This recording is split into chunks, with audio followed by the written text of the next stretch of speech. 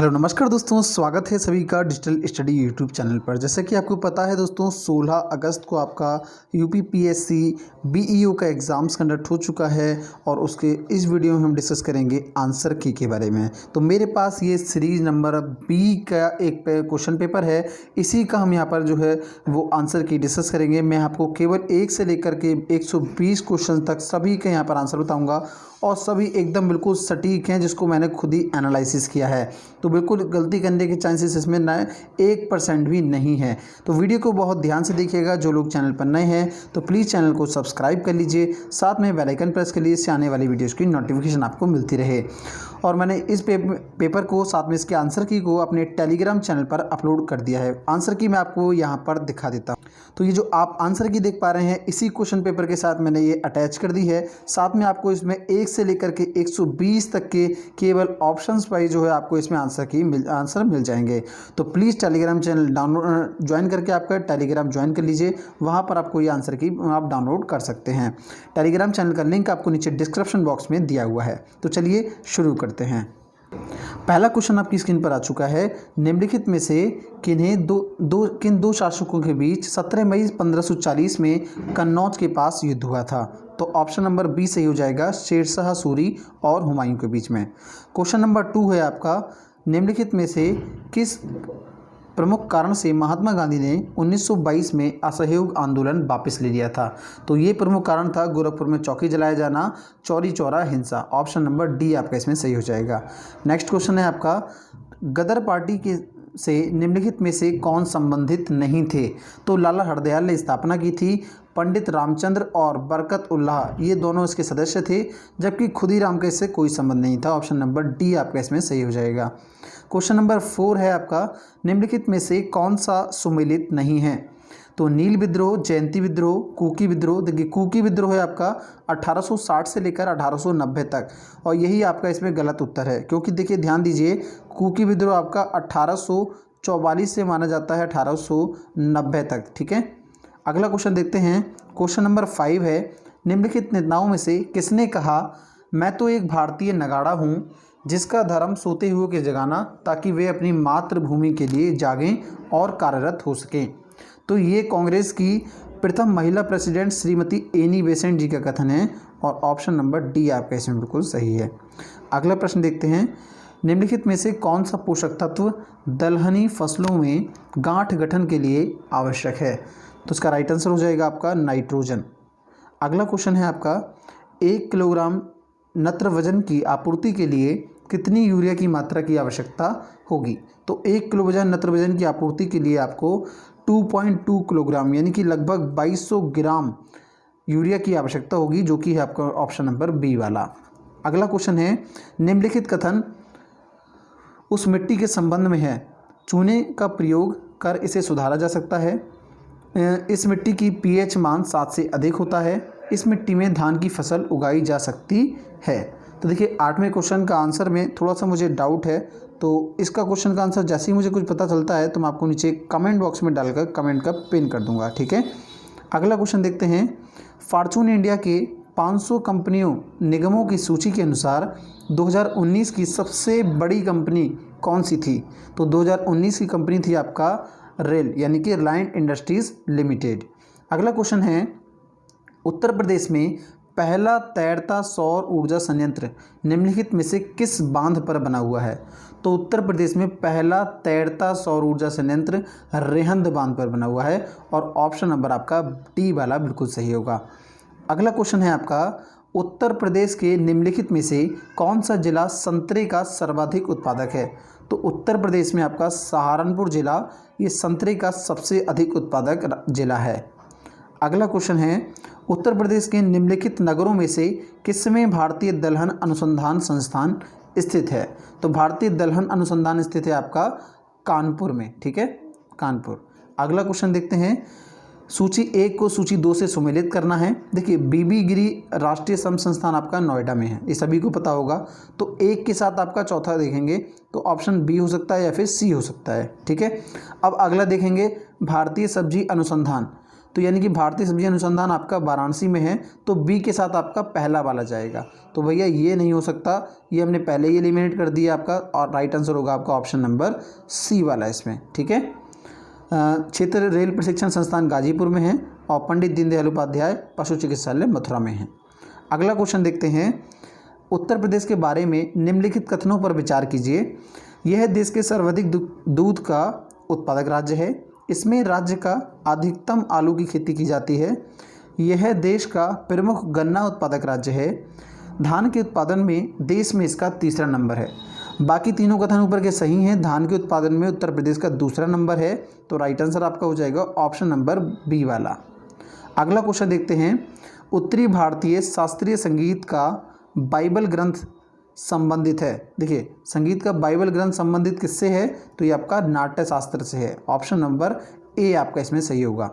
अगला क्वेश्चन देखते हैं, निम्नलिखित दो कथन हैं जिसमें से एक कथन ए तथा दूसरे को कारण आर कहा गया है। ठीक है, स्टेटमेंट और रीजन आपको दे रखे हैं। अब देखिए, अस्पष्टता संरचनात्मक हिंसा का सबसे खराब स्वरूप है। अस्पष्टता के चलन का आधार धार्मिक स्वीकृति है। उपरोक्त कथनों पर विचार कीजिए तथा दिए गए नीचे कूट से सही उत्तर का मिलान कीजिए। तो देखिए, उसका राइट आंसर मैंने इसको सॉल्व किया है, तो आया है ऑप्शन नंबर ए आपका इसमें सही होगा। ए और आर दोनों सत्य हैं, आर ए की सही व्याख्या करता है। अगला क्वेश्चन देखते हैं, निम्नलिखित दो कथन हैं, बिल्कुल सेम है। आपका ऊपर सारे क्वेश्चन दिया गया है, कथन और कारण दिया गया है। इसका राइट आंसर हो जाएगा आपका क्वेश्चन नंबर 17 का ऑप्शन नंबर ए वाला। कथन ए और आर दोनों सत्य हैं, आर ए की क्या है, व्याख्या है। अगला क्वेश्चन देखते हैं, निम्नलिखित में से कौन सा कोलकाता के उन 4 नवीनीकृत विरासत भवनों में शामिल नहीं है जिसे जनवरी 2018 में राष्ट्र को समर्पित किया गया है। तो ये आपका रॉयर्स बिल्डिंग नहीं है, ऑप्शन नंबर डी सही हो जाएगा। विश्व स्वास्थ्य संगठन के अनुसार जनवरी 2020 में निम्नलिखित में से कौन सा देश विश्व के खसरे के सबसे अधिक प्रकोप से प्रभावित था। तो ये था आपका रिपब्लिक ऑफ कांगो। ठीक है, कांगो राइट आंसर हो जाएगा ऑप्शन नंबर सी, काफ़ी चर्चा में रहा था। अफ्रीका महाद्वीप के निम्नलिखित में से किस देश में भारत ने अपना प्रथम महात्मा गांधी कन्वेंशन सेंटर जनवरी 2020 में खोला है।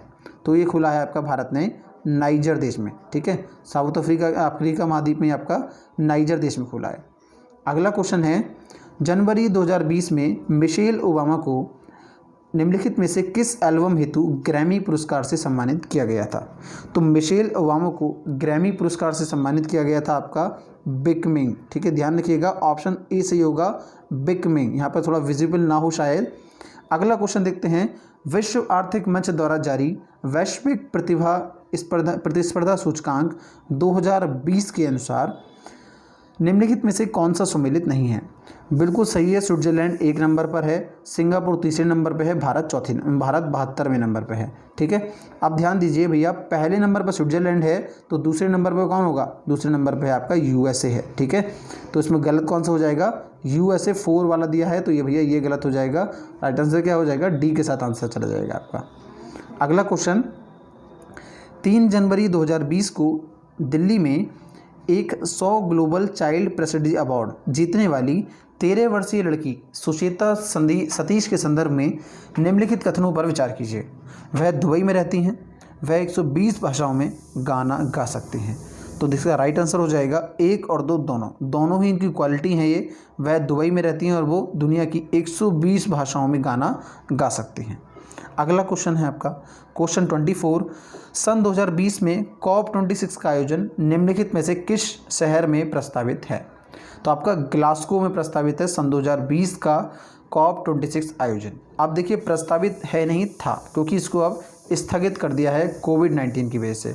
ये पेपर जो आपका प्रिंट हुआ है, पेपर आपका कोविड-19 की बीमारी से पहले का प्रिंट हुआ है। ठीक है, अगला क्वेश्चन देखते हैं, बांस एक जादुई घास विषय पर 2 दिवसीय कार्यशाला सह प्रदर्शनी 11-12 जनवरी 2020 को भारत के निम्नलिखित में से किस नगर में आयोजित की गई थी।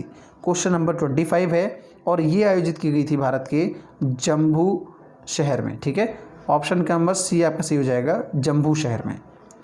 अजरबैजान की राजधानी बाकू निम्नलिखित में से किस एक सागर के किनारे है।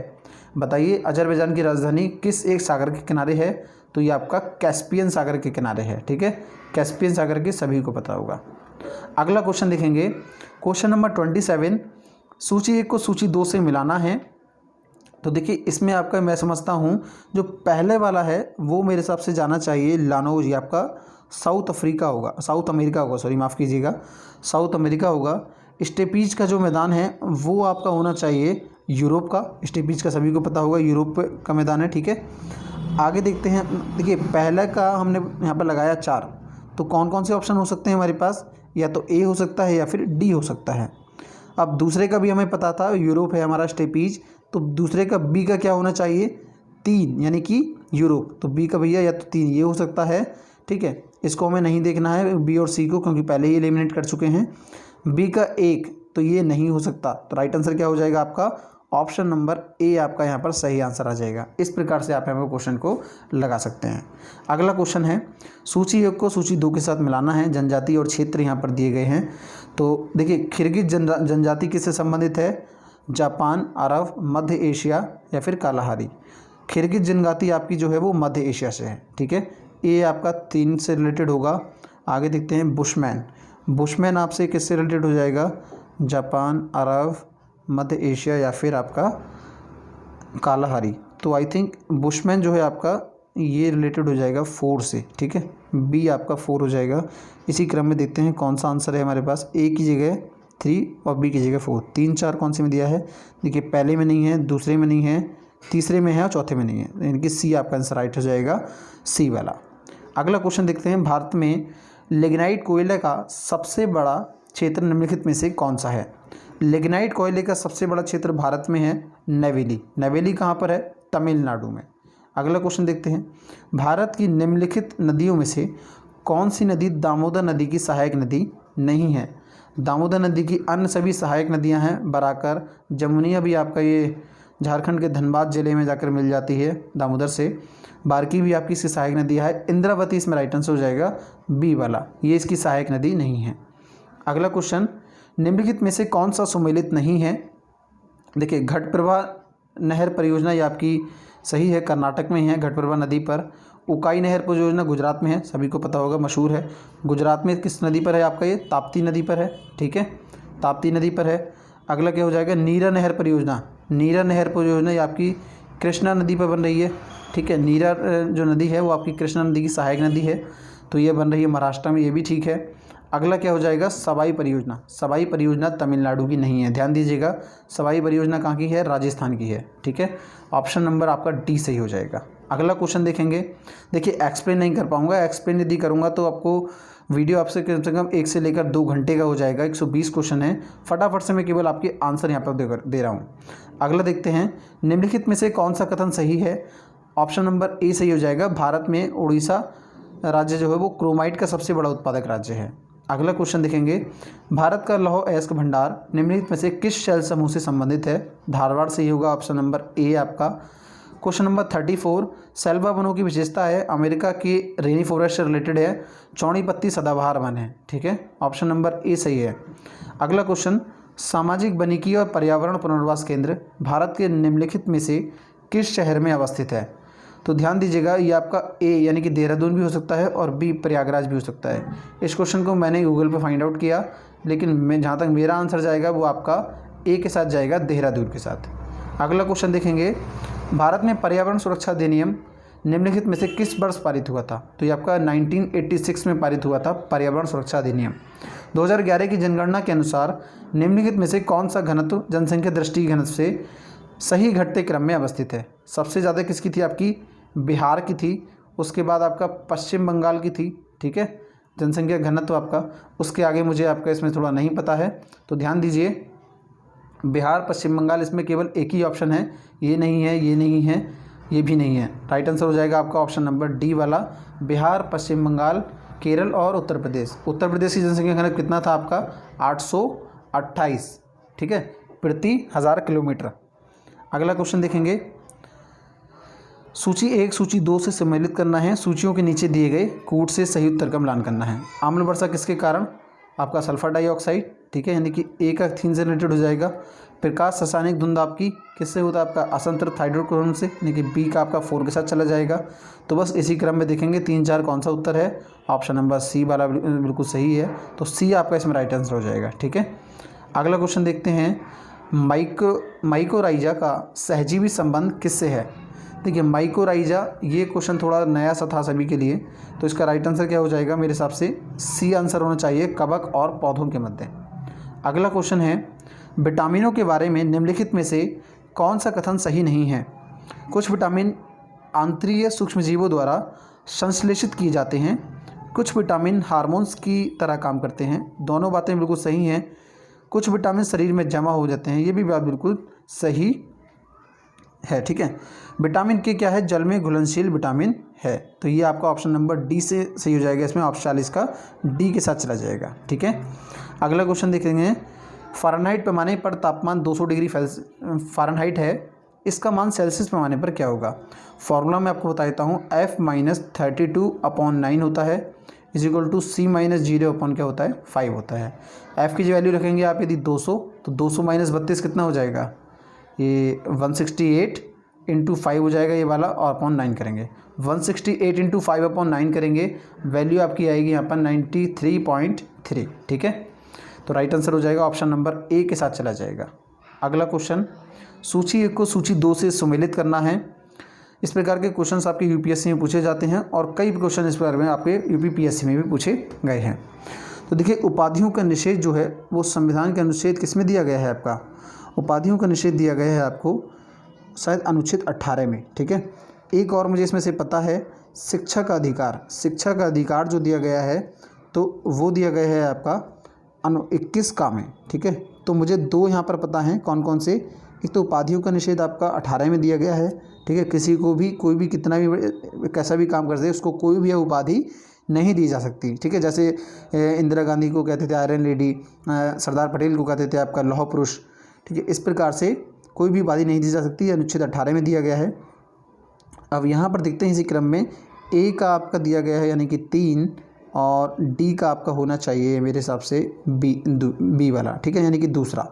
तो ए 3 और 2 एंड में, तो यहाँ पर देखिए 2 हमें सबसे लास्ट में एक जगह दिखाई दे रहा है, वो है ऑप्शन नंबर डी में। ठीक है, तो बस बिल्कुल देखते ही राइट आंसर करेंगे, डी सही हो जाएगा आपका। ठीक है, अगला क्वेश्चन देखेंगे। भारतीय संविधान के 74वें संशोधन के संबंध में निम्नलिखित में से कौन से कथन सही हैं? यह संविधान में एक नई अनुसूची जोड़ने का उपबंध करता है। यह नगरपालिकाओं की कार्यप्रणाली की पुनर्संरचना करता है। यह नगरपालिकाओं में महिलाओं के लिए आरक्षण का उपबंध करता है। और अगला दिया है आपका, यह केवल कुछ निर्दिष्ट राज्यों में ही प्रयोज्य है। तो 74 में संशोधन से रिलेटेड है आपका क्वेश्चन नंबर 43। इसमें आपका 3 बातें कही गई हैं। यह संविधान में एक नई अनुसूची जोड़ने का उपबंध करता है। ये दिया गया है आपका 74 के में संशोधन में कि आपका ये एक नई अनुसूची जोड़ी जा सकती है। अगला है, यह नगरपालिकाओं की कार्यप्रणाली को भी पुनर्संरचना करता है। और तीसरा भी आपका इसमें सही होगा। तो 1, 2, 3 सही हो जाएंगे, ऑप्शन नंबर ए के साथ आपका आंसर जाएगा। अगला क्वेश्चन, दोस्तों यदि आपको वीडियो अच्छा लगे तो प्लीज़ वीडियो को आप शेयर ज़रूर करना है, और जिन लोगों ने इस वीडियो को अभी तक लाइक नहीं किया है तो प्लीज़ वीडियो को लाइक कर दें। चैनल को आप सब्सक्राइब कर लें यदि आपने सब्सक्राइब नहीं कर रखा है तो प्लीज़। क्वेश्चन नंबर 44 है, भारत में निम्नलिखित में से किसे शिशुओं और अवस्कों के साथ साथ आर्थिक और सामाजिक योजनाओं के लिए विधि निर्माण की शक्तियाँ प्राप्त हैं? तो इसका राइट आंसर क्या हो जाएगा? सभी को पता होगा, सभी सही करके आए होंगे। समवर्ती सूची के अंतर्गत आता है विषय, केंद्र और राज्य दोनों सरकारों को। अगला क्वेश्चन है, सूची का मिलान करना है। 200 आपका विषय दे रखे हैं और संविधान में अनुच्छेद दे रखे हैं आपका। तो पहला क्या है? अंतर्राष्ट्रीय विधि के प्रति आदर बढ़ाना, किस संविधान में है? प्राणियों के प्रति दया का भाव रखना, ज्ञानार्जन और सुधार की भावना का विकास करना, राज्य की लोक सेवाओं और में न्यायपालिका और कार्यपालिका को पृथक करना। देखिए इसका राइट आंसर आपका मेरे हिसाब से होना चाहिए, पहले का हम यहाँ पर देखते हैं। तो पहले का मैं समझता हूँ कि पहले का तो मुझे नहीं पता, लेकिन प्राणियों के प्रति आदर दया भाव का रखना, तो ये आपका होना चाहिए 51 का के अंतर्गत। ठीक है, 51 का के अंतर्गत और भी चीज़ें आती हैं वैसे, लेकिन 6 बिल्कुल इसमें सही है, यानी कि बी का जो है वो 4 के साथ चला जाएगा। ठीक है, बी किसके साथ जाएगा? आपका 4 के साथ जाएगा। ऑप्शन नंबर कौन सा सही हो जाएगा, यहाँ देख लेते हैं। तो देखिए बी आपका 4 के साथ केवल एक है, एक में ही दिया हुआ है, तो राइट आंसर क्या हो जाएगा आपका ऑप्शन नंबर माफ़ कीजिएगा बी हो जाएगा इसमें, ठीक है। ऑप्शन नंबर बी सही हो जाएगा। अगला क्वेश्चन है, बहुत सिंपल सा क्वेश्चन था आपका ये, दो से गुणा करना है, -2 करना है, ठीक है। तो बस 10 में 2 से गुणा करेंगे, 3 से गुणा करना है, -2 करना है। तो 10 तिया 30 -2 कितना हो जाएगा 28। आंसर चला जाएगा आपका ऑप्शन नंबर सी के साथ। अगला क्वेश्चन है ब्लड रिलेशन का, तो मैंने इसको सॉल्व किया है, मैं आपको सॉल्यूशन नहीं करा सकता। इसका राइट आंसर हो जाएगा बहू का, ठीक है। तो संबंध जो है वो आपका क्या हो जाएगा, ई और ए का, वो आपका डी और ई का संबंध है, बहू का संबंध है, ठीक है। अगला क्वेश्चन देखते हैं, इसको यदि ये लिखा जाता है तो इसको लिखा जाएगा आपका नवंबर, ठीक है। डी सही हो जाएगा, बहुत सिंपल है, आप कर सकते हैं सभी लोग। अगला क्वेश्चन था, यदि समाज सुधारक मानवतावादी है, सत्य है, तो निम्नलिखित तर्क वाक्यों में से कौन सा एक सत्य है। आगे देखते हैं, कुछ अमानतावादी समाज सुधारक हैं, कुछ अमानतावादी समाज सुधारक हैं, कुछ समाज सुधारक अमानतावादी हैं। बिल्कुल नहीं होगा ये पे, ना तो एक होगा ना दो होगा। आगे देखते हैं आपका, कुछ मानवतावादी समाज सुधारक हैं। बिल्कुल बात सही कही जा रही है, कुछ मानवतावादी जो हैं वो क्या हैं, समाज सुधारक हैं। देखिए कोई भी अमानवतावादी, जो व्यक्ति अमानवीय तरीके की पे भावना रखता है, वो कभी भी समाज सुधारक नहीं हो सकता, ठीक है। समाज सुधारक नहीं हो सकता। कुछ समाज सुधारक अमानवतावादी हैं, और जो व्यक्ति समाज सुधारक होगा वो व्यक्ति खुद अमानतावादी नहीं हो सकता, ठीक है। राइट आंसर जाएगा आपका ऑप्शन नंबर सी के साथ में। अगला क्वेश्चन श्रेणी में देखेंगे, बिल्कुल बहुत अच्छा क्वेश्चन है, बहुत सिंपल सा है। अगले 2 टर्म को प्लस करके तीसरा टर्म आ रहा है। देखिए जैसे कि एक में कुछ नहीं जोड़ा तो एक आ गया, एक और एक 2 हो गया, 2 और 1 3 हो गया, 5 और 3 8 हो गया, 8 और 5 13 हो जाएगा, ठीक है। 8 और 5 कितना हो जाएगा 13, और फिर 13 और 8 21। राइट आंसर क्या हो जाएगा, ऑप्शन नंबर बी सही है। रायसीना डायलॉग जो 14 जनवरी और 16 जनवरी 2020 को संपन्न हुआ था, मुख्य विषय निम्नलिखित में से क्या था। इसका मुख्य विषय था आपका नेविगेटिंग द अल्फा सेंचुरीज। अगला क्वेश्चन, विश्व रैपिड शतरंज प्रतियोगिता जीतने वाले प्रथम भारतीय महिला कौन है। तो ये सभी को पता होगा, कोनोरू हम्पी इसका राइट आंसर हो जाएगा। काफ़ी चर्चा में रहे, काफ़ी आपने करंट अफेयर्स में पढ़ा होगा।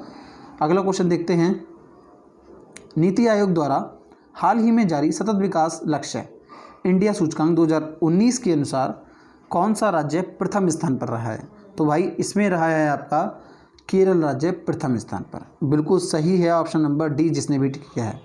अगला क्वेश्चन देखते हैं, निम्नलिखित में से किस देश में जनवरी 2020 में भारतीय नौसेना ने ऑपरेशन वनीला प्रारंभ किया था। सभी को पता होगा, मेडागास्कर में इंडियन नेवी ने आपका ऑपरेशन वनीला प्रारंभ किया था, ठीक है। अगला क्वेश्चन, निम्नलिखित देशों में से किस देश ने दिसंबर 2019 में G20 देशों की अध्यक्षता जापान से प्राप्त की है। तो क्वेश्चन नंबर 55 का राइट आंसर हो जाएगा आपका सऊदी अरब। सऊदी अरब के हाथ लगी है आपकी G20 देशों की अध्यक्षता। और अभी हाल ही में कोरोना वायरस के टाइम पर जो मीटिंग हुई थी, जिसमें प्राइम मिनिस्टर नरेंद्र मोदी ने भी भाग लिया था, उसकी अध्यक्षता आपकी सऊदी अरब ने ही की थी। अगला क्वेश्चन देखते हैं, सूची 1 को सूची 2 के साथ मिलान करना है। कुछ परियोजनाएं आपकी दे रखी हैं और वो किससे संबंधित हैं, इस ऊर्जा के प्रकार दे रखे हैं। तो आपको देखिए चमेरा जो है, चमेरा, ग्वाल पहाड़ी, कुदानुकल और पतरातू। तो पतरातू जो है आई थिंक ये आपका थर्मल पावर से होना चाहिए, ठीक है। डी का आपके 2 होना चाहिए। डी का 2 देखते हैं, डी का 2 आपका एक ही में है। यदि आपको देखिए 1 या 2 भी पता है इसमें से, तो आपका पूरा क्वेश्चन राइट हो जाना है। जैसे मुझे आपका केवल पतरातू के बारे में पता है, तो ये केवल थर्मल एनर्जी के साथ जाएगा, तो ये राइट आंसर हो जाएगा आपका ऑप्शन नंबर डी के साथ में। नेक्स्ट क्वेश्चन, निम्नलिखित में से नीचे दिए गए 2 कथन दिए गए हैं, एक को कथन ए और दूसरे को कथन आर कहा गया है, कारण आर कहा गया है। और कारण आप कथन इस प्रकार से है, भारतीय भूगर्भ सर्वेक्षण के अनुसार भारत में सभी कोटि के कोयलों का कुल भंडार 293.50 करोड़ टन है। कारण दिया गया है इसके पीछे, देश के कोयले के कुल प्रमाणित भंडार का आधे से ज़्यादा अधिक 2 राज्यों झारखंड व उड़ीसा में पाया जाता है। तो ध्यान से जरा यदि हम पढ़ेंगे क्वेश्चन नंबर 57 को, तो दोनों चीज़ें आपकी अलग अलग आ रही हैं, ठीक है। ध्यान दीजिए, जो पहली चीज़ है उसके बारे में हमें कोई बात सही नहीं कही गई है, ठीक है। तो क्या हो जाएगा, पहला जो कथन है वो गलत हो जाएगा। जबकि दूसरी बात जो है वो आपकी बिल्कुल सही कही है। क्या कहा है कि देश में कोयले के कुल प्रमाणित भंडार का आधे से ज़्यादा अधिक भाग क्या है, वो 2 राज्यों झारखंड और उड़ीसा से आता है, और 2 ही राज्य हैं जो यहाँ पे कोयले का उत्पादन सबसे अधिक होता है। तो राइट आंसर क्या हो जाएगा, ऑप्शन नंबर डी सही हो जाएगा कि भैया ए गलत है परंतु आर सही है। अगला क्वेश्चन देखते हैं। सूची 1 को सूची 2 के साथ सुमेलित करना है। देखिए जनजातियाँ दी हैं और वहाँ कुछ प्रदेश दिए गए हैं जहाँ से उन जनजातियों का संबंध है। तो जनजातियाँ अभी कौन कौन सी दे गई हैं, जरवा, कुकी, थारू और गोंड। अब मुझे बताइए थारू जनजाति के बारे में किसको नहीं पता होगा। थारू जनजाति आपकी किससे रिलेटेड है, मध्य प्रदेश से रिलेटेड है। ध्यान दीजिएगा, थारू जनजाति आपकी कहाँ की है, ये एमपी से है। सभी को पता होगा, लगभग 90% जो लोग पढ़ रहे हैं। ठीक है, तो मुझे इतनी बात पता है कि सी जो है वो आपका दूसरे के साथ जाएगा। तो सी जब दूसरे के साथ जाएगा, सॉरी माफ़ कीजिए, आपका गोंड जो जनजाति है वो मध्य प्रदेश से रिलेटेड है। ठीक है, थारू आपका उत्तर प्रदेश हो जाएगा। ठीक है, तो सी के साथ आपका क्या जाएगा 1, और डी के साथ जाएगा आपका कौन सा, ये आपका 2 हो जाएगा। ठीक है, डी के साथ 2 जाएगा, सी के साथ 1 जाएगा।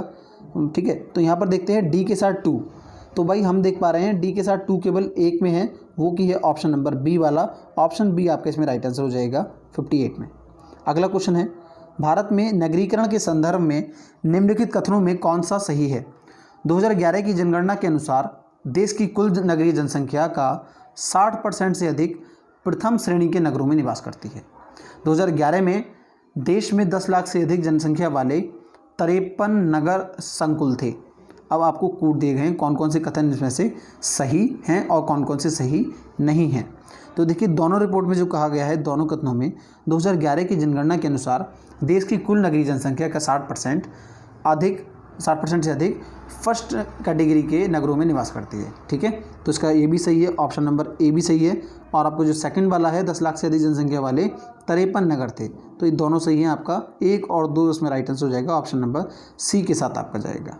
अगला क्वेश्चन, सूची 1 को सूची 2 के साथ सम्मिलित करना है। सूचियों के कोट नीचे दिए गए हैं। आपको कोट किस प्रकार से दिए गए हैं, ध्यान दीजिए। आपको जैव आरक्षित क्षेत्र दिए गए हैं और भारत के राज्य दिए गए हैं। कौन सा जैव आरक्षित क्षेत्र भारत के किस राज्य से रिलेट करता है वो आपको यहाँ पर बताना है। तो ज़रा ध्यान दीजिएगा, इस क्वेश्चन का मेरे हिसाब से राइट आंसर होना चाहिए ऑप्शन नंबर सी वाला। ठीक है, क्योंकि देखिए सिमलीपाल जो है, सिमलीपाल आपका सभी को पता होगा। सिमलीपाल कहाँ पर है अभ्यारण्य आपका, ये आपका हो जाएगा आपका एक, सिमलीपाल कौन सा हो जाएगा, सिमलीपाल 4 के साथ चला जाएगा। ठीक है, उड़ीसा में। ठीक, तो सिमलीपाल सभी को पता होगा और आगे इसी प्रकार से आप लगा लेंगे। ऑप्शन नंबर सी है, मैंने भी इसको बहुत ध्यान से पढ़ा है, उसके बाद आपको ये आंसर दिया है। ठीक है, अगला क्वेश्चन देखेंगे। भारत के निम्नलिखित राज्यों में से कौन सा जनसंख्या की दृष्टि से द्वितीय एवं क्षेत्रफल की दृष्टि से तृतीय राज्य है। ऑप्शन नंबर डी सही हो जाएगा, महाराष्ट्र। ठीक है दोस्तों, बहुत तेज़ी के साथ आंसर चलेंगे, वीडियो बहुत लंबा हो जाएगा। 2011 की जनगणना के अनुसार भारत के निम्नलिखित राज्यों में से किस में प्रति 100 बालिकाओं 0 से 6 वर्ष की संख्या पर बालकों की संख्या सर्वाधिक है। तो इसमें आपका हरियाणा सही हो जाएगा। ठीक है, अगला क्वेश्चन देखेंगे। शरीर की सतह से स्वदेन यानी कि पसीना बहना द्वारा जल की हानि निर्भर करता है। क्वेश्चन नंबर 63 का दोनों आंसर हो जाएगा, आपके टेम्परेचर पर भी और नमी पर भी डिपेंड करता है। ऑप्शन सी सही है। अगला क्वेश्चन, निम्नलिखित में से कौन सा तत्व पौधों में सूक्ष्म पोषक नहीं है। कौन सा तत्व पौधों में सूक्ष्म पोषक नहीं है आपका, आयरन, मैग्नीज, कॉपर और मैग्नीशियम। राइट आंसर हो जाएगा डी के साथ। हीमोग्लोबिन के संबंध में निम्नलिखित में से कौन सा कथन सही नहीं है। तो देखिए इस क्वेश्चन में थोड़ा सा मुझे डाउट है, मैं आपको पहले ही क्लियर करूंगा, आप लोग थोड़ा सा इस पर रिसर्च कीजिए, क्योंकि 2-3 क्वेश्चन में आपको इसमें पता है 2-3 चीज़ें। यह लाल रंग का होता है, ये सबको इन्फॉर्म है। इससे फेफड़ों से कोशिकाओं तक ऑक्सीजन पहुँचाने का वाहक होता है, सभी के लोग जानते हैं। अम्लीय या क्षारीय के बारे में मैं कुछ नहीं कह सकता इसके बारे में, तो ज़रा ये चीज़ आप इस एनालिसिस कर लिए, या क्या ये अम्लीय होता है या क्षारीय होता है। ठीक है, बाकी यह ऊतकों से फेफड़ों तक कार्बन डाइऑक्साइड को पहुंचाता है। तो आई थिंक ये भी सही है आपका, तो आंसर मेरा होना चाहिए सी के साथ। ठीक है, नेक्स्ट क्वेश्चन है, रक्त में ग्लाइकोसिलेटेड हीमोग्लोबिन यानी कि HbA1c का मापन निम्नलिखित में से किसके प्रबंधन के लिए लाभदायक है। राइट आंसर हो जाएगा मधुमेह के लिए लाभदायक है, मधुमेह टेस्टिंग के लिए लाभदायक है। अगला क्वेश्चन, भारतीय संविधान में निम्नलिखित में से किस कर्तव्य को मौलिक कर्तव्य के रूप में निर्धारित किया गया है। तो संविधान में मौलिक कर्तव्य को निर्धारित किया गया है आपका देश की रक्षा करना, बिल्कुल निर्धारित किया गया है। अगला हम देखते हैं आयकर अदा करना। देखिए इनकम टैक्स अदा करना ये कोई मौलिक कर्तव्य नहीं है, ठीक है। ये डिपेंड करता है आपका इनकम पे डिपेंड करता है, ठीक है, कि व्यक्ति का जो इनकम है उस पर डिपेंड करता है और इनकम के आधार पर जो कानून बना हुआ है वो डिपेंड करेगा, ठीक है। ये हमारा क्या है, एक मौलिक कर्तव्य नहीं है। इसको छोड़ करके अगला देखते हैं। तीसरा दिया है हमारी साहसिक संस्कृति की गौरवशाली परंपरा का परिरक्षण करना है, उसका बचाव करना, सार्वजनिक संपत्ति की सुरक्षा करना। तीनों सही हैं, 1, 3 और 4 दोनों राइट आंसर हो जाएगा आपका ऑप्शन नंबर डी वाला, बिल्कुल सही आंसर। अगला देखते हैं, नीचे 2 कथन दिए गए हैं। कथन ए है, कारण आर है। भारत में मंत्रिपरिषद संयुक्त रूप से लोकसभा और राज्यसभा दोनों के प्रति उत्तरदायी होती है। क्वेश्चन नंबर आपका 68 है, ध्यान से पढ़िएगा। कारण दिया है नीचे, लोकसभा और राज्यसभा दोनों के सदस्य संघीय सरकार में मंत्री बनने की पात्रता रखते हैं, जिसका राइट आंसर हो जाएगा ऑप्शन नंबर डी वाला आपका, ठीक है। मंत्रिपरिषद आपका लोकसभा के प्रति उत्तरदायी हो जाएगी, ठीक है, लोकसभा के प्रति उत्तरदायी होती है। और आर में बिल्कुल सही है, लोकसभा और राज्यसभा के सदस्य दोनों में से क्या संघीय सरकार में मंत्री बनने की पात्रता रखते हैं, ठीक है, चाहे वे चुने हुए सांसद हैं या वो नियुक्त किए हुए सांसद हैं। पंचायती राज पर गठित निम्नलिखित समितियों को काल अनुक्रम व्यवस्थित कीजिए और नीचे दिए गए कूटों से सही उत्तर का चयन कीजिए। तो देखिए इसका राइट आंसर हो जाएगा 69 का ऑप्शन नंबर सी वाला, बाकी आप मैच कर लीजिएगा, बिल्कुल सही आंसर है। भारतीय संविधान का कौन सा भाग केंद्र और राज्यों के मध्य वित्तीय संबंधों का विवरण प्रस्तुत करता है? ऑप्शन सी सही हो जाएगा, भाग 12। क्वेश्चन नंबर देखिए मैथ के क्वेश्चन है, मैथ के क्वेश्चन के आंसर में डायरेक्ट बता देगा आपके। जो इस प्रकार का क्वेश्चन था, किस दिनों में कितनी कुर्सियां बनेंगी, तो इसमें राइट आंसर आया है आपका निकल करके ऑप्शन नंबर सी वाला, यानी कि 73 कुर्सियां बनेंगी टोटल, ठीक है। अगला क्वेश्चन जो आया है 72 वाला, इसमें आपका QRSU राइट आंसर होगा सी वाला आपका, ठीक है। अगला क्वेश्चन जो निकल के आ रहा है 73 वाला, 73 में आपका थर्सडे बिल्कुल राइट आंसर हो जाएगा, यानी कि बृहस्पतिवार। ये क्वेश्चन बिल्कुल सॉल्व किए हैं मैंने बहुत ध्यान से। क्वेश्चन नंबर 74 जो है इसमें आपको 27 लिखना था, 27 आपका इसमें बिल्कुल सही आंसर होगा, यहाँ पर 27 आएगा। अगला क्वेश्चन दिखा है 75 तो बहुत ही ईजी था आपका। 29 में से यदि 5 माइनस करेंगे 24 आ जाएगा, 24 बराबर 4 है, 4 छंग 24, x बराबर 6 आ गया, ठीक है, x बराबर 6 आ गया तो भैया 5 छंग 30 और 30 प्लस 5 कितना हो जाएगा, 35 हो जाएगा। ऑप्शन नंबर डी के साथ आपका आंसर चला जाएगा, जो कि है 35 वर्ष। अगला क्वेश्चन बहुत ही जटिल क्वेश्चन था, हार्ड क्वेश्चन था। जिन लोगों को ज्योमेट्री के क्वेश्चन कुछ आते होंगे, सॉरी अलजेब्रा के, वो लोग ही इसको कर पाएंगे। राइट आंसर आएगा इसमें 2, ठीक है। अगला देखेंगे क्वेश्चन नंबर 77 है। 77 में आपसे पीडीबी कौन पूछा था, वो आपका 50 अंश के बराबर होगा, ठीक है। अगला क्वेश्चन देखेंगे, यदि दो संख्याओं का, क्वेश्चन नंबर 78 है, लासा और मासा दिया हुआ है आपको, संख्याओं का अनुपात दे रखा है, तो उन संख्याओं में बड़ी संख्या क्या होगी? क्वेश्चन नंबर 78, बड़ी संख्या क्या होगी आपका? दोनों संख्याएं आ रही थी आपका 21 और 84, तो बड़ी संख्या क्या होगी आपकी 84 हो जाएगी, जो कि है ऑप्शन नंबर बी वाला। देश के बड़े राज्यों के समूह में भारत के किस राज्य ने वर्ष 2019 में सुशासन सूचकांक में शीर्ष स्थान प्राप्त किया है? क्वेश्चन नंबर 79 है और राइट आंसर हो जाएगा तमिलनाडु। नेक्स्ट क्वेश्चन, अप्रत्यक्ष करों को प्रतिगामी कर व्यवस्था क्यों कहा गया है? ये प्रत्यक्ष करों की तुलना में अधिक दर पर लगाए जाते हैं। ये सभी आय समूहों पर समान दरों से लगाए जाते हैं। ये बिल्कुल सही बात है। देखिए ऑप्शन नंबर बी सही हो जाएगा। प्रतिगामी कर व्यवस्था इसलिए कहा है, ये सभी आय समूहों पर क्या समान रूप से लगाए जाते हैं अप्रत्यक्ष कर। जिस प्रकार से आपका बिक्री कर हो गया, आपका सभी पर जो है वो समान रूप से लगाए जाते हैं, ठीक है। 5 ट्रिलियन डॉलर की अर्थव्यवस्था के लक्ष्य को प्राप्त करना चाहता है भारत अपना देश, और वो किस साल तक प्राप्त करना चाहता है? आपने प्राइम मिनिस्टर के भाषणों में अक्सर सुना होगा कि हम बहुत जल्द ही 5 ट्रिलियन डॉलर की अर्थव्यवस्था के साथ जो है वो उसका लक्ष्य को पालेंगे। तो ये कहा गया है आपका 2000 बजट सत्र के दौरान इनका भाषण था 2024-2025 फाइनेंशियल ईयर में। आप देखिए ध्यान दीजिए, इसमें राइट आंसर आपका 2024 होगा कि 25 होगा? राइट आंसर आपका इसमें 24 होगा, क्योंकि वित्त वर्ष 2024 की बात चल रही है, ठीक है। ऑप्शन नंबर बी आपका राइट आंसर हो जाएगा। नेक्स्ट क्वेश्चन है, निम्नलिखित में से कौन सा कथन 15वें वित्त आयोग के संबंध में सही नहीं है? भारत सरकार द्वारा 15वें वित्त आयोग का गठन 27 नवंबर 2017 को किया गया था। अगला देखते हैं, श्री NK सिंह इसके अध्यक्ष थे। दोनों बातें बिल्कुल सही हैं आयोग के बारे में। आयोग की अनुशंसा 2020 से 25 के 5 वर्षों की अवधि के लिए होगी। बिल्कुल बात सही है, 5 साल के लिए बनाया गया है, 2020 से 25 तक। अगला देखते हैं, आयोग को 30 अक्टूबर 2020 तक अपना प्रतिवेदन प्रस्तुत करने के लिए कहा गया है। ऐसा कुछ नहीं है, ऑप्शन नंबर डी बिल्कुल सही हो जाएगा। ठीक है, क्वेश्चन नंबर 83 है आपका। इसमें क्वेश्चन नंबर 83 का राइट आंसर हो जाएगा। इसको आपको दृष्टिगत कालानुक्रम के हिसाब से आपको व्यवस्थित करना था, तो ऑप्शन नंबर ए सही हो जाएगा। पहले है महादेव वर्मन, उसके बाद नरसिंह देव बर्मन, फिर आता है परमेश्वर देव बर्मन और अंत में नंदी वर्मन। अगला क्वेश्चन है, इनकी पत्नियों के साथ उनको क्या है मिलान करना है। इनका सूची 1 और सूची 2 दे रखी है। जो शासक थे इनकी पत्नियों के नाम क्या क्या थे। मुझे एक का पता है इसमें से, चंद्रगुप्त मौर्य, जो कि कुमार देवी उनकी पत्नी थी। ए के साथ तीसरा जाएगा और मेरा आंसर आ जाएगा मेरे हाथ में 84 का ए आंसर आपका बिल्कुल सही हो गया। अगला क्वेश्चन देखेंगे, निम्नलिखित में से कौन सा सुमेलित नहीं है। अल हिलाल मौलाना अबुल कलाम आज़ाद की पुस्तक है। न्यू इंडिया आपका एनी बेसेंट की पुस्तक है। तहजीबुल अखलाक नहीं, ये मोहम्मद अली जिन्ना की तो नहीं है। ऑप्शन नंबर सी जो है ये तहजीबुल अखलाक में जो मेरे थोड़ा डाउट है, बिल्कुल हाँ डाउट नहीं बिल्कुल श्योर हूँ मैं, और राइट आंसर हो जाएगा आपका तहजीबुल अखलाक, क्योंकि ये बुक पुस्तक लिखी है आपका सर सैयद अहमद खान ने।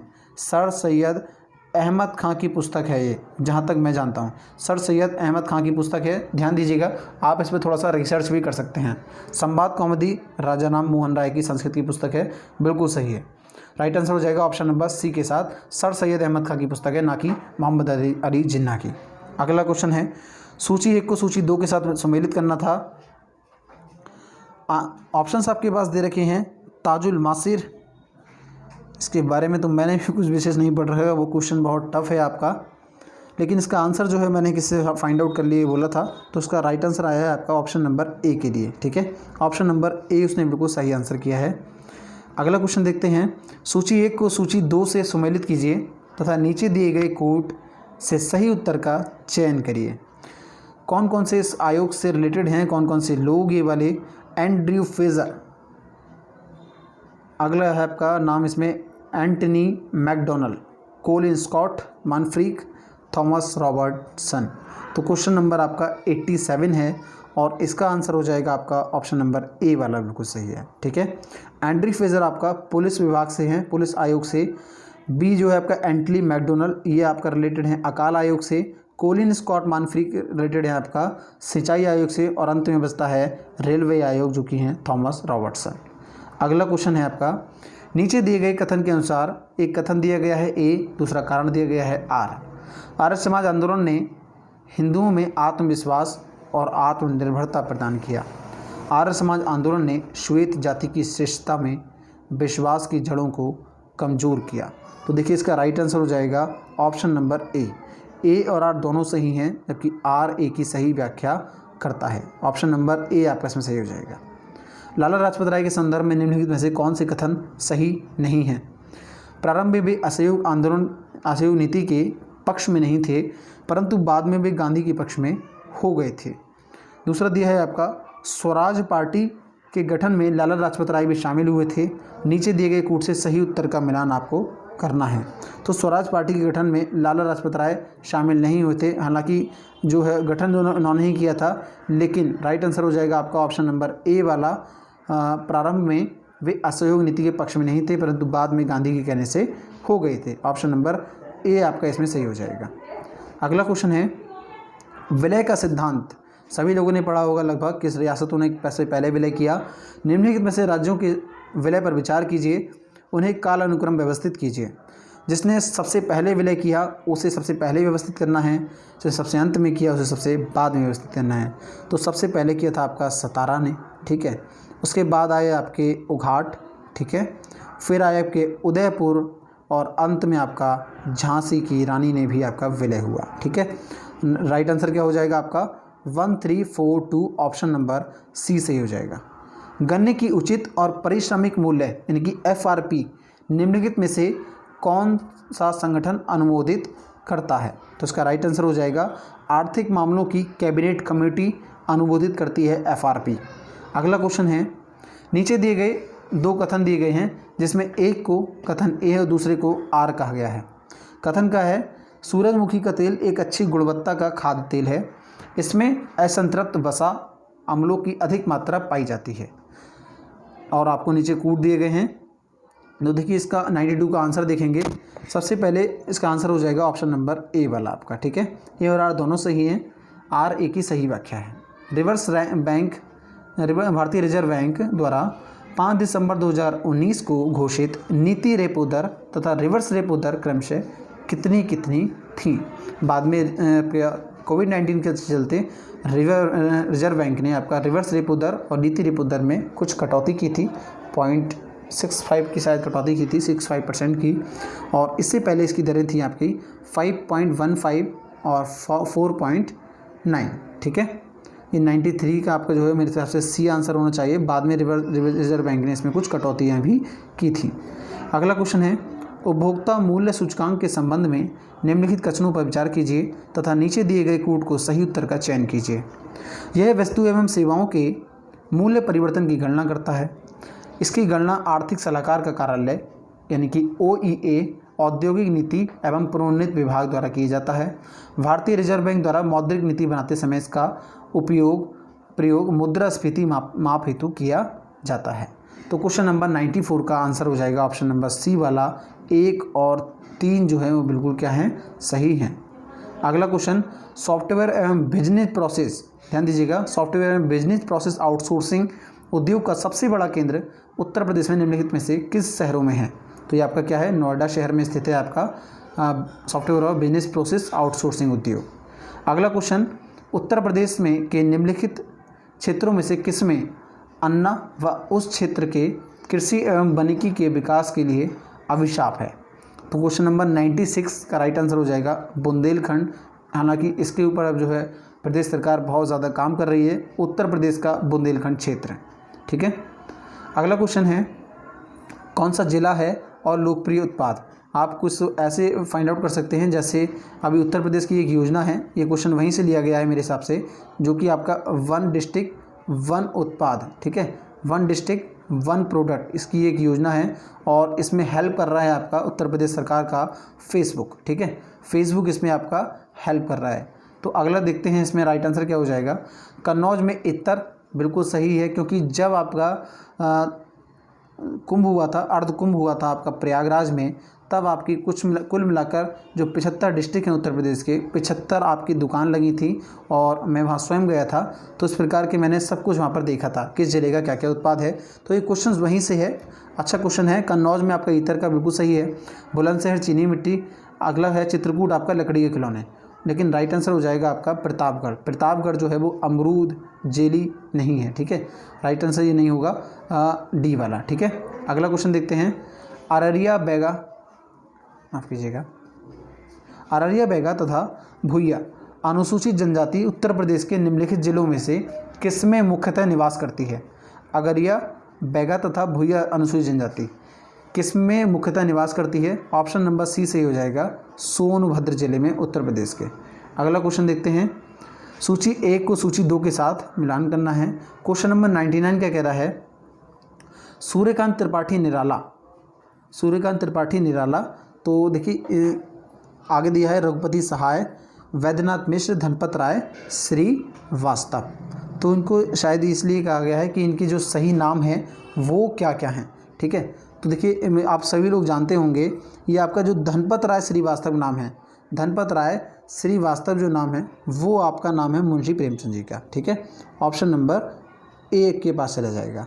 अब जो सूर्यकांत त्रिपाठी निराला हैं, इनका बिल्कुल सही जा रहा है निराला के पास में, ठीक है।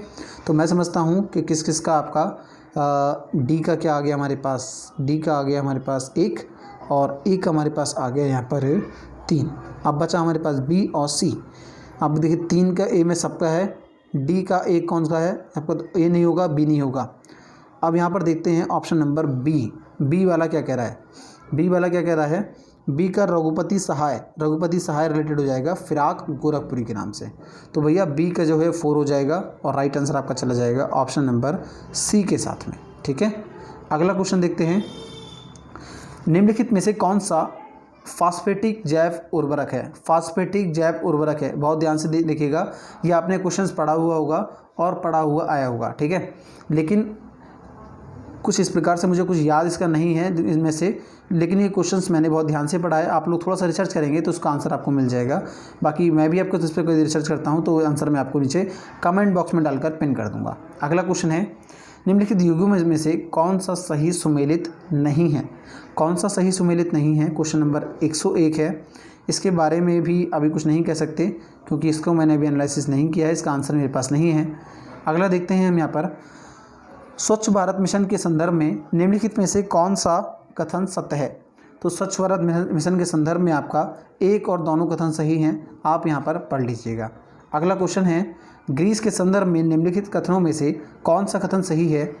ग्रीस ने कैटरीना साकेलारोपोulou में देश के इतिहास में पहली महिला राष्ट्रपति को चुना है। कैटरीना पहली राष्ट्रपति हैं जो किसी राजनीतिक दल से संबंधित नहीं हैं। तो ये दोनों ही बात सही हैं ग्रीस के लिए, ऑप्शन नंबर सी आपका सही होगा। अगली बात क्वेश्चन देखते हैं, ग्रीन पीस इंडिया द्वारा जनवरी 2020 में जारी रिपोर्ट के अनुसार भारत के 287 नगरों में से निम्नलिखित में से कौन सा सर्वाधिक प्रदूषित नगर है? तो भैया ग्रीन पीस इंडिया जनवरी में रिपोर्ट पब्लिश की गई थी, इसके मुताबिक 287 शहरों में जो सबसे प्रदूषित शहर है वो है आपका झरिया। अगला क्वेश्चन है, बिम्स्टेक देशों के लिए जलवायु स्मार्ट खेती प्रणाली विषय पर 11-13 दिसंबर 2019 को संपन्न हुई 3 दिवसीय अंतर्राष्ट्रीय संगोष्ठी के संबंध में निम्नलिखित कथनों में से कौन से कथन सही हैं?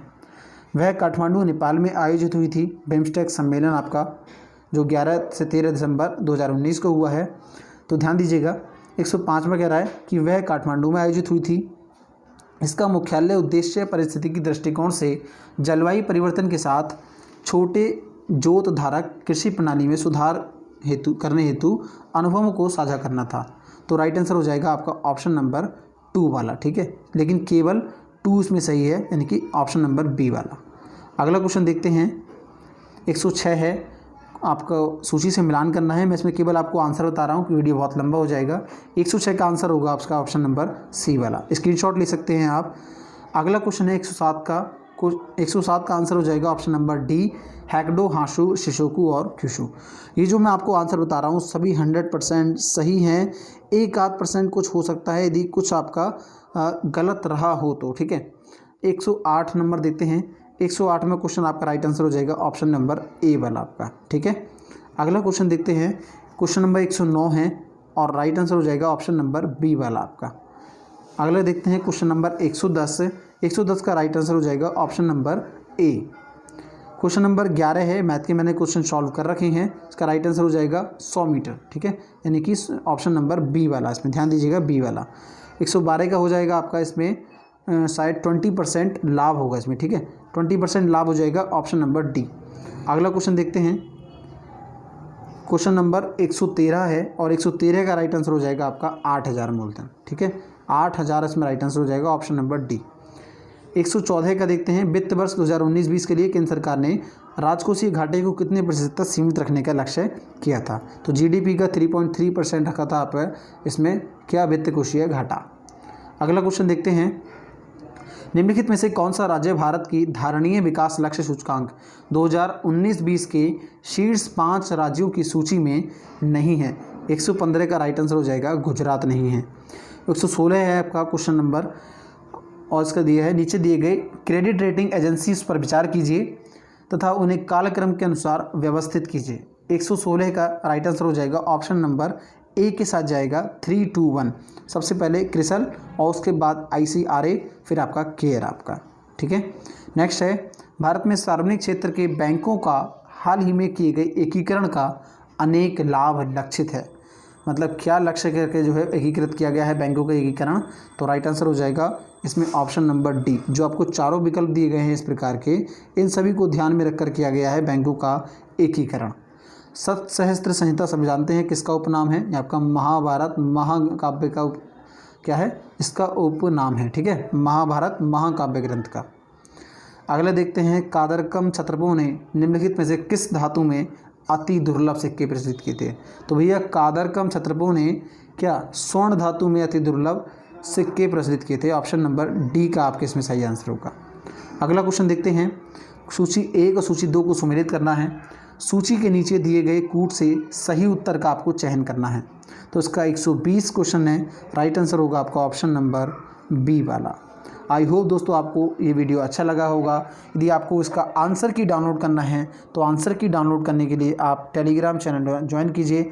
वहाँ पर मैंने इसको आंसर की के साथ पेपर को मैंने अपलोड कर दिया है। और यदि आपको ये वीडियो अच्छा लगा हो तो प्लीज़ अपने जितने भी फ्रेंड आपको जानते हैं जिनको आपके साथ पेपर दिख रहे हैं इस वीडियो को आप उनके साथ एक बार शेयर कर दें, अपने फेसबुक के ज़रिए कर दें, व्हाट्सएप के ज़रिए कर दें। उनको आंसर की मैच करने के लिए पूरा समय देना चाहिए, ठीक है। तो प्लीज़ उनको आंसर की मैच कराने के लिए उनकी हेल्प करें, इस वीडियो को शेयर करें, मेरी भी आप हेल्प करें। और यदि आपने मेरे चैनल पर पहली बार विजिट कर रहे हैं तो प्लीज़ चैनल को सब्सक्राइब कर लीजिए। सब्सक्राइब कर चैनल को बेल आइकन ज़रूर प्रेस कीजिए, जिससे आने वाली वीडियोज़ की नोटिफिकेशन आपको सबसे पहले मिलती रहे। और इसी प्रकार से मैं आपकी सेवा करता रहूँ। मेरा वीडियो को लाइक करके उत्साह बढ़ाइएगा। और वीडियो के एंड में बस इतना ही कहूँगा आपसे कि टेलीग्राम चैनल से आप इसको वहाँ से ज्वाइन कर सकते हैं।